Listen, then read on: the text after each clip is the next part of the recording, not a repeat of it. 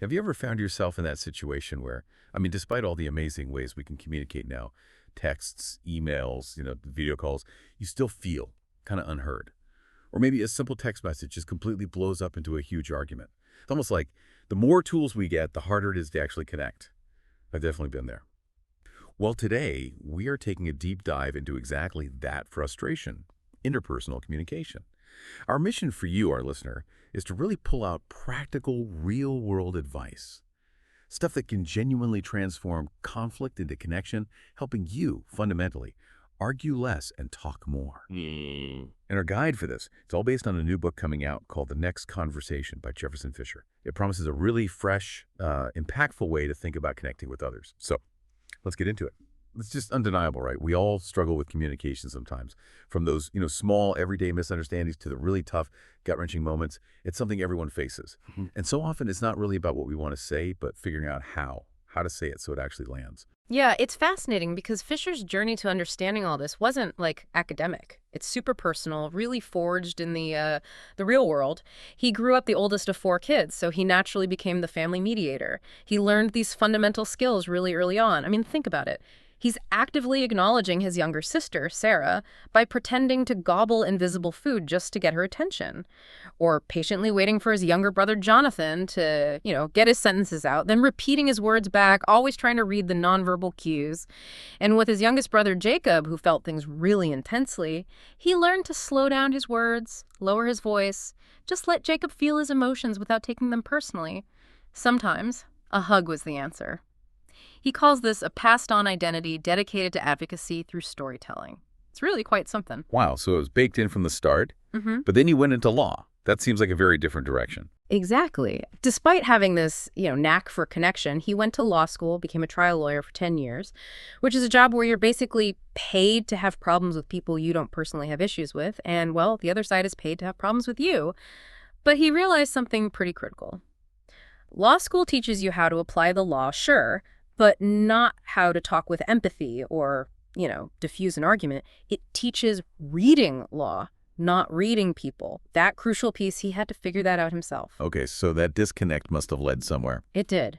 Fast forward to 2020. He's a partner at this prestigious firm, but he's feeling professionally depressed, like he was, quote, running with a parachute. So January 2022, he makes this incredibly bold move. Opens his own personal injury firm, Fisher Firm, no office, no assistant, not even a printer, just working out of coffee shops.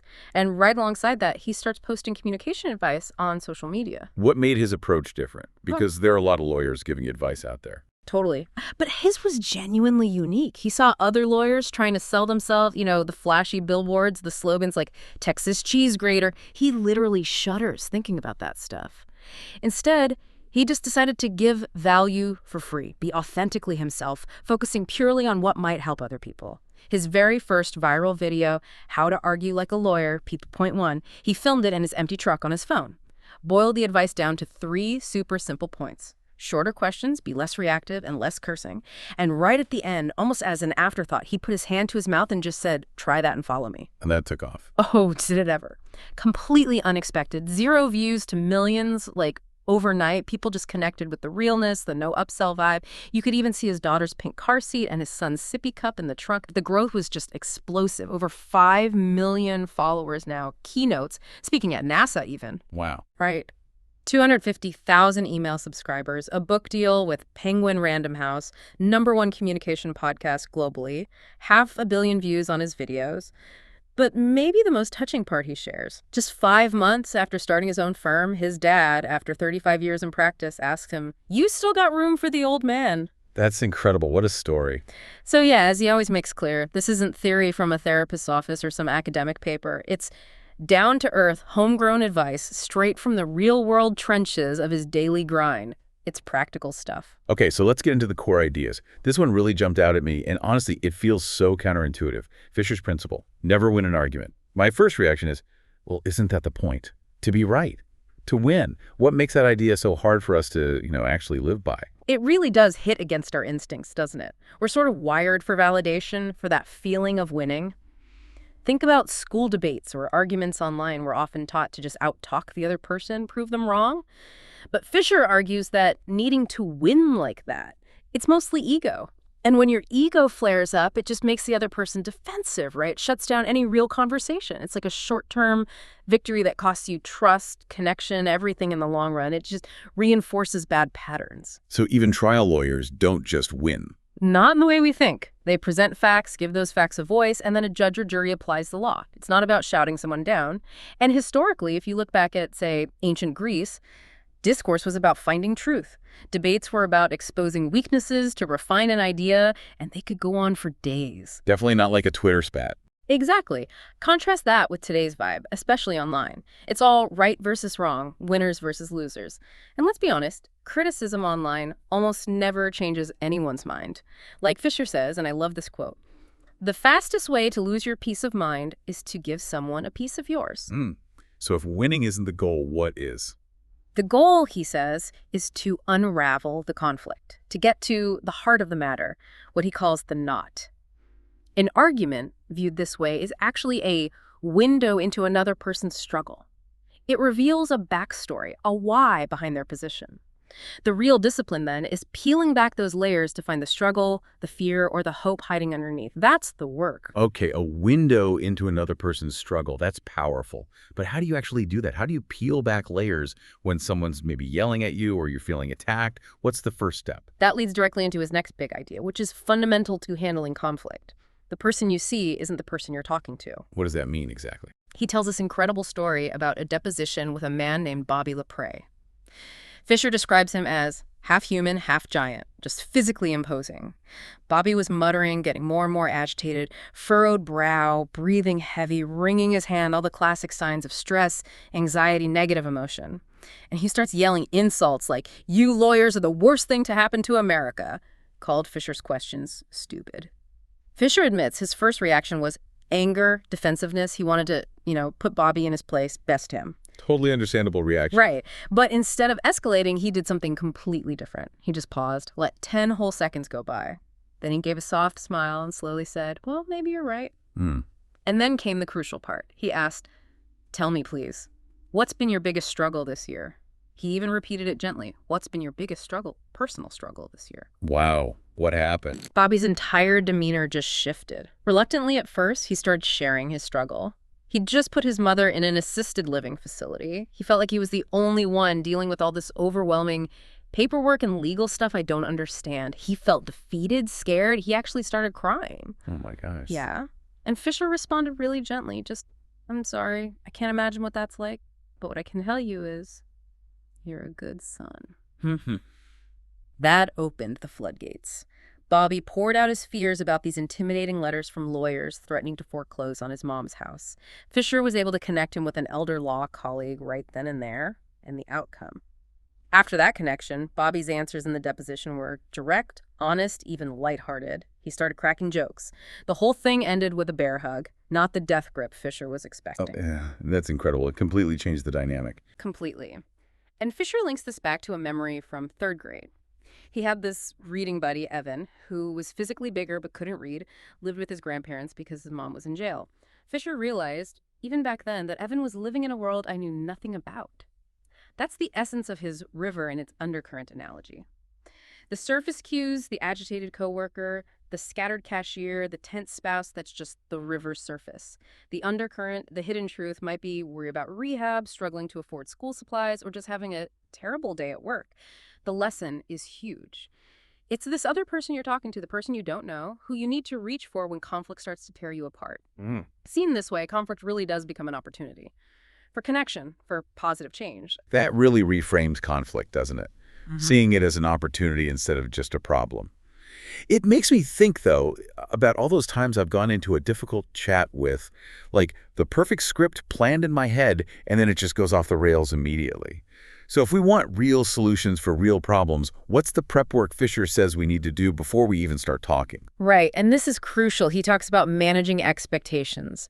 So many conversations fail, he says, because we have these perfect scenarios in our heads, what he calls pie-in-the-sky goals. Like expecting someone to just magically agree with you. Exactly. Or expecting an immediate apology, or getting blind acceptance, or thinking one conversation will fix years of problems. Those are usually unrealistic. He contrasts those with realistic goals. Things like making sure the other person knows you care, even if you disagree, or gaining a better understanding of their perspective, or maybe just agreeing on some small steps to make things better, or simply acknowledging their feelings without judgment, or feeling heard yourself, even if you don't reach full agreement. Setting realistic goals frames the conversation around what you can actually achieve. It sets you up for, well, not failure. Okay, that makes sense. Manage the expectations. What else? The other key piece of prep is identifying your conversational values. Think of them as your compass, pointing to your true north during the conversation. He asks you to consider, how will I show up for myself? Who do you want to be in this interaction? Maybe your values are honesty or compassion or justice or kindness. Maybe it's just being a steady, calm presence. These values, he argues, help you make the tough calls before the heat of the moment. They guide your responses. Can you give an example of how that works in practice? Sure. He uses the example of a fight between friends that ends badly: accusations, awkward silence. The initial, maybe unrealistic goal is demanding an apology. That usually just leads to more arguing. But if you replay it with a realistic goal, like understanding their perspective and a guiding value, say gratitude for the friendship, you might start differently. Maybe proactively thank your friend for talking. Lead with something like, look, I know I could have handled that better. Then ask genuinely, help me understand what you were trying to tell me. What did I miss? And then you just listen. No interrupting. Let them share their side, maybe their insecurities. That often leads to mutual understanding, even resolution. It really shows how setting the stage mentally beforehand changes everything. That's a great illustration. But even with the best intentions, you mentioned earlier that communication is often littered with problems that cut off connection. What are some of those common pitfalls? Yeah, he calls them cuts, things that sever the potential for connection. He highlights three big ones. The first is a lack of awareness, and he uses this brilliant analogy. Think about hearing your own voice versus a recording. Oh, yeah. I hate hearing my voice on recordings. Right. It sounds different because you hear your own voice through bone conduction and air conduction, while recording is just air. It sounds off. That difference shows how woefully unaware we often are of how we actually come across to others, our volume, our tone, nervous tics we don't even notice. Maybe you scrunched your eyebrows after a stressful call without realizing it, and now your coworker is avoiding you, thinking you're mad at them. The hardest awareness to cultivate, he says, is self-awareness. Noticing your own tension shoulders creeping up, jaw clenched, shallow breathing. But becoming aware is the first step towards alignment and control. Okay, lack of awareness. What's next? The second cut is a lack of understanding. When you're in conflict, failing to grasp the other person's perspective is like having, quote, a screen door on a submarine. You're just not going anywhere. It happens when we're stuck focusing only on what we know, what we feel, instead of genuinely trying to understand their world. That ability to ask, what's going on here, or what's their perspective, is key to bridging that gap. Makes sense. Screen door on a submarine. I like that. And the third cut. The third is a lack of self-assurance. This shows up as fear or discomfort with conflict. Physically, it might be turning away, avoiding eye contact, crossing your arms. Verbally, it's using those softening phrases, I guess. Sort of think, maybe we could. Being honest and clear in communication takes confidence. Confidence allows you to assert your needs and make sure your voice is actually heard. But, and this is important, he stresses that confidence isn't some fixed trait you're born with or about being perfect. It's a feeling, and crucially an outcome that comes from doing assertive things. It's built, not just found. Okay, so we've covered why it's hard, the big idea of not winning, setting realistic goals, and these cuts like lack of awareness or confidence. Now, for the really practical stuff, many listeners are probably thinking, okay, I get the concepts, but how do I actually do this when I'm feeling stressed or triggered? Fisher gives this three-step function. Say it with control, say it with confidence, and say it to connect. Let's really unpack say it with control first, because you said it has tools we can use immediately. Absolutely. This is where it gets super actionable. The first tool under control is incredibly simple but powerful. Your first word is your breath. He tells a story about his client, Elizabeth, in a deposition. The opposing lawyer was aggressive, trying to just steamroll her, and she started to freeze up, voice shaking, eyes watering, totally natural stress response. Fisher taught her this technique. Before you say anything, let your breath be your first word. How does that work in practice? Just take deep breath? It's a specific technique he calls the conversational breath. You breathe in slowly through your nose for about 2 seconds. Then you take another quick little inhale through the nose for 1 more second, so a total 3-second inhale. Then you exhale slowly through your nose for 6 seconds. The key is the exhale is twice as long as the inhale, and you repeat that as needed. Why through the nose, and why the long exhale? Good questions.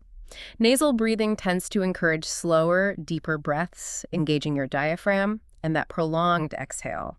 It's similar to what's called a physiological sigh, which studies, like those at Stanford Medicine, show actually lowers blood pressure and reduces stress significantly. It's also related to tactical breathing used by Navy SEALs, police officers, even boxers to lower heart rate and sharpen focus, preventing that hyperventilating feeling.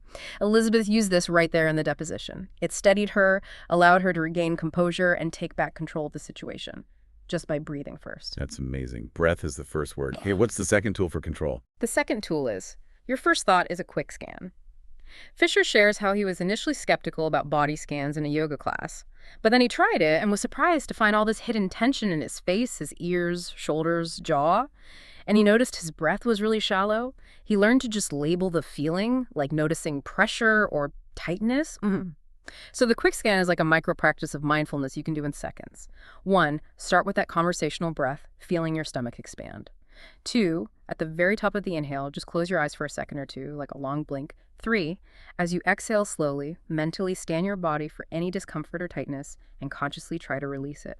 4, and finally, label the core emotion you're feeling in your head with just one word, like worried or impatient or overwhelmed. How does just noticing and labeling help with control? It significantly improves clear thinking and emotional control. It grounds you in the present moment. And he adds that even verbalizing the scan, maybe just quietly to yourself, like, okay, I can feel I'm getting upset, or I notice I'm feeling pressured right now, can be powerful. It takes that internal feeling of insecurity and turns it into a more confident, explicit acknowledgement of your state. As he says, when you claim it, you control it. Claim it to control it. I like that. Okay, breath, scan. What was the third tool? The third tool is, your first conversation is a small talk. And he means a small talk with yourself. He talks about his early trial days, feeling nervous, rushing, thinking about his next line instead of listening. He started using these little bite-sized phrases to recenter himself. Things like, you be Jefferson, or wait for the right pitch. These became his personal small talks. So a small talk is just a short, empowering phrase you repeat silently to yourself to get grounded. Something concrete, often tied to the situation, like maybe just start with my breath. How do you create a good small talk phrase for yourself? He gives a few tips. First, tie it to your goal for the conversation. If you want to be more confident, maybe it's just voice it. If you want to avoid arguing, maybe seek to understand. Second, start with action verbs. Stand up, feel, don't fixate. Find the struggle. And third, make it short and personal. Maybe connect it to a memory or someone who inspires you. He mentions a client whose phrase was, "Tell 'em, Doris," which reminded her of her strong, assertive grandmother. These small talks, he believes, really shape your mindset. They influence your emotions and how you perceive reality in that moment. They help you choose better words, words that treat you better, like shifting from thinking you're impossible to, I'm interested in a solution. Breath, scan, small talk. Those are incredibly concrete. I can see how they build that feeling of control. And speaking of control, I really connected with what Fisher says about pace, that rushing your words shows weakness, while slowing your words shows strength. I definitely speed up when I get nervous. Oh, absolutely. It's such a common reaction. And he has this perfect story to illustrate controlling pace. It involves his client, Chuck, in a deposition. Chuck kept interrupting the opposing lawyer, rushing his answers. It was basically signaling to everyone in the room that he felt like he was losing control. So, during a break, Fisher just casually asked Chuck about his weekend plans. He noticed Chuck instantly slowed down, relaxed, spoke more deliberately when talking about something personal, something low stakes. I see where this is going. Exactly. Fisher just pointed it out to her. He said, Chuck, treat each question like she's asking you what you're going to do this weekend. Answer just like you did with me. Take your moment. And Chuck got it immediately. Pause. Right. Let it breathe. By consciously pausing and slowing down, Chuck controlled the pace, appeared calm, deliberate, and totally threw off the opposing attorney's rhythm. So the pause itself is the tool. He calls it the gift of a pause. Precisely. He explains why we rush when we're anxious or upset. Our heart rate increases, reflexes quicken, we talk faster. It's that ignition phase. But This leads to stumbling over words, missing opportunities to really develop our points. Silence, however, ensures what follows is certain. Pauses dramatically increase your perceived credibility and self-control. And you mentioned pauses give you the ability to control time. How so? Yes, he breaks it down into 3 key benefits of that time control a pause gives you. First is reflection. Time to choose your words deliberately, to really own them, demonstrating emotional control. Second is adjustment. A moment to step back mentally, check if you're aligned with your goals and values, decide if you need to maybe soften your tone, reaffirm your point, or try a completely different angle. And third is regulation. Silence acts like a wet blanket on the heat of the conversation. It creates crucial distance between the stimulus, what someone said, and your response, allowing emotions to cool down. It breaks that rapid-fire back-and-forth rhythm that often escalates tension. Okay, so how long should these pauses be? When do you use them? He differentiates between short and long pauses. Short pauses, just a few seconds, are great for conveying thoughtfulness and consideration. For instance, saying, "I've already said that I won't," lands with more firmness if you put a short pause before "I won't." They work well in normal Q&A, like interviews, or for adding emphasis, like before a punchline, that conversational breath we talked about. Yeah. That is a short pause. And long pauses, those sound more intense. They are, and they serve a different purpose. Long pauses, think 5 to 10 seconds, he calls them mirrors. When someone is being rude, insulting, or belittling, a long, deliberate pause can be your greatest weapon. A weapon. Because it allows their own words to just hang there, to echo back to them. Often the person who said the offensive thing will start to feel uncomfortable in that silence and might even question or try to amend their own statement. As Fisher puts it brilliantly, silence can never be misquoted. He also notes that people who are being dishonest often can't stand silence. It makes them feel pressured to fill the void, to prove themselves, and they frequently end up unraveling their own stories. He gives an example of deposing a truck driver who initially denied texting while driving. After Fisher asked a pointed question and just held a long, silent pause twice, the driver couldn't take the pressure and admitted it, completely changing the case. The right pause, used strategically, lets you control time, and that puts you firmly in control of the conversation's dynamics. Wow, silence as a mirror, as a tool for truth. That's such a powerful concept. It completely reframes awkward silence. But I wonder if I use a long pause like that, won't it just make the other person more uncomfortable or even angry? How do you manage their reaction? That's a really fair question. And yes, it can make them uncomfortable. But Fisher's point is that their discomfort often stems from hearing their own words echo back. It's the mirror effect. It's not necessarily about you making them uncomfortable, but about the silence forcing them to confront what they just said or did. It shifts the focus back to them. So while it might feel awkward momentarily for everyone, it's a way to regain control without escalating verbally. It puts the responsibility back on them. Okay, that makes sense. It's about their words, not my silence attacking them. So we've talked control, breath, scans, small talk, pauses. Let's move to the second part of Fisher's function. Say it with confidence. You mentioned earlier confidence is an outcome, not something you just summon. How do we build that assertive voice? Right. Confidence emerges from assertive actions. They feed each other in a positive loop. And he offers some really practical lessons here. First, every word matters. Seriously. Your specific word choice has a huge impact on how assertive you sound. Think about the difference between saying, I guess I'm just looking for maybe a bit more clarity on that, versus a clear, direct, I need more clarity. Big difference. Huge. Assertiveness isn't about being difficult. It's often just about unlocking the clarity that's already inside you and choosing the right words. Second lesson, prove it to yourself. Confidence, again, is found in the doing. You build it by actually following through on what you say you'll do. He suggests saying your intentions out loud, in the present tense, like, I am moving forward from this conversation. Compare that to someone shouting, I'm leaving, during an argument, but then just standing there. That kills credibility. Instead, calmly state, I'm going to leave the room now, and then actually do it. That consistency, that follow-through, is like calling your shot in pool. It builds internal belief. Okay, words matter, follow through. What else? Third, express your needs unapologetically. You have to be your own advocate. He uses a lawyer example. Instead of saying, my client won't accept that offer, a lawyer might assertively say, I won't accept that offer on behalf of my client. Taking ownership. For us, it means starting sentences with, I need a moment to think. I need you to understand how that comment affected me. Stop saying sorry for simply existing or having needs. That's a big one, the over-apologizing. It really is. Fourth, speak when it matters. Quality over quantity. He contrasts that colleague who's all hat and no cattle, talking constantly but saying little of substance, with a senior partner he admired who hardly spoke, but when they did, everyone listened intently. Insecure people often talk more to try and prove themselves. Confident people tend to listen, observe more, and possess what he calls wisdom in their silence. Fifth, remove filler words. We all use them, the ums, ahs, the you-knows, the likes, the rights tacked onto sentences. His advice, train yourself to replace those fillers with brief silence. It instantly adds pauses, gives you more control, and makes you sound more intentional and confident.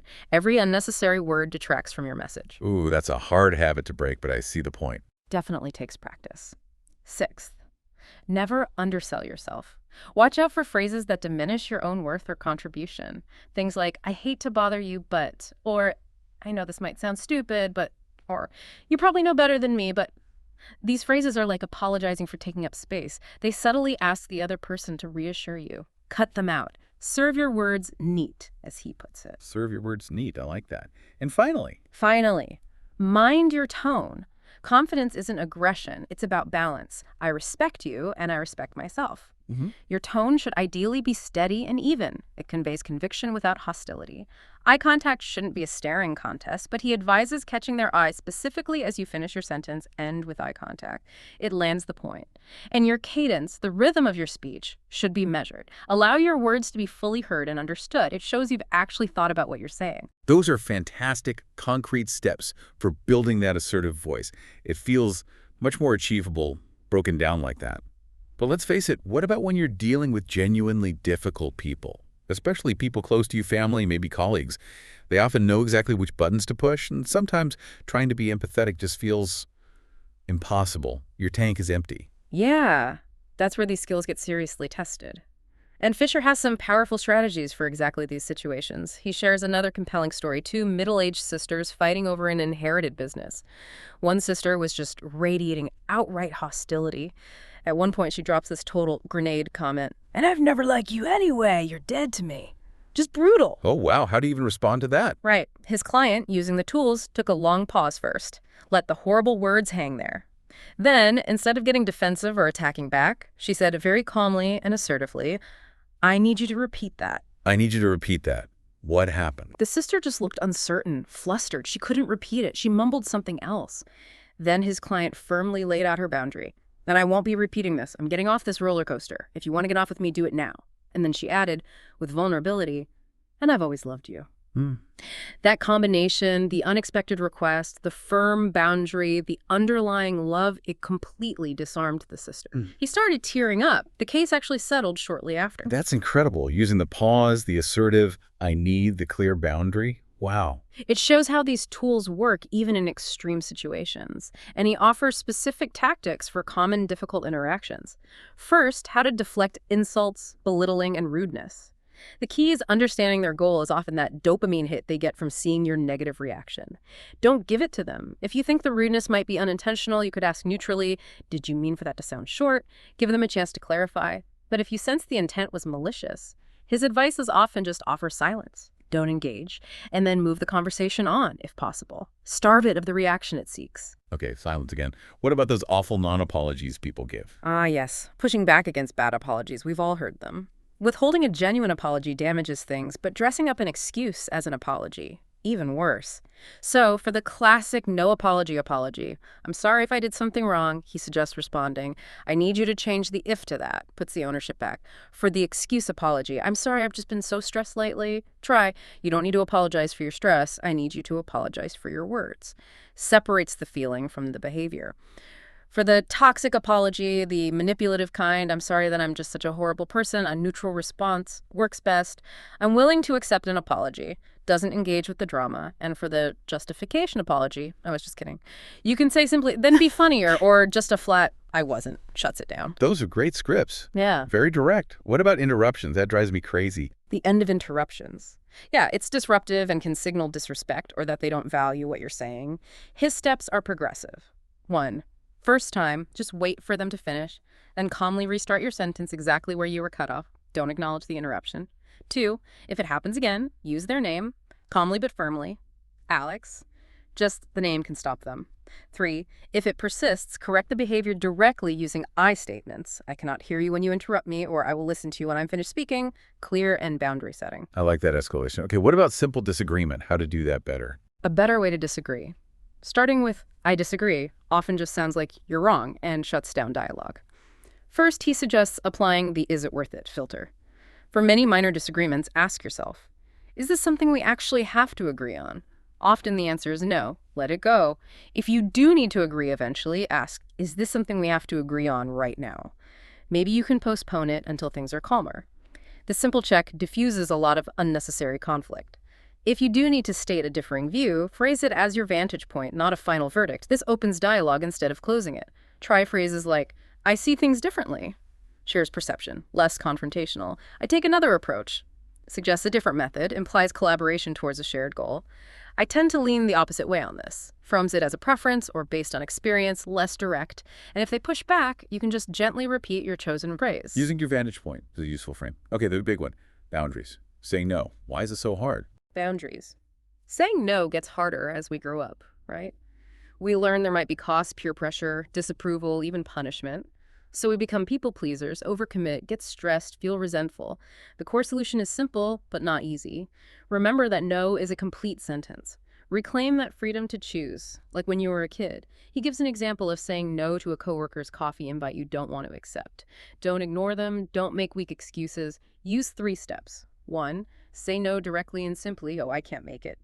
2, layer it with gratitude, but thanks so much for the invite. 3, show kindness or interest, optional. I hope you guys have a great time, or I've heard that place is good.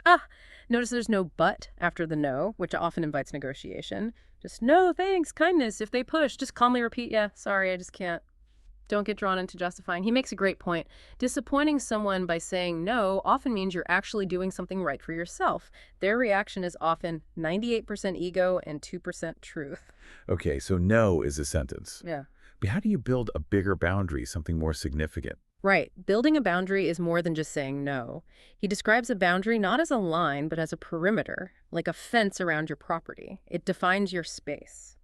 Crucially, that perimeter communicates your values, maybe your need for health, family time, mental well-being, and it's defined by your actions and choices, not just your words. The benefits are huge. Healthier relationships, preventing burnout, building self-respect.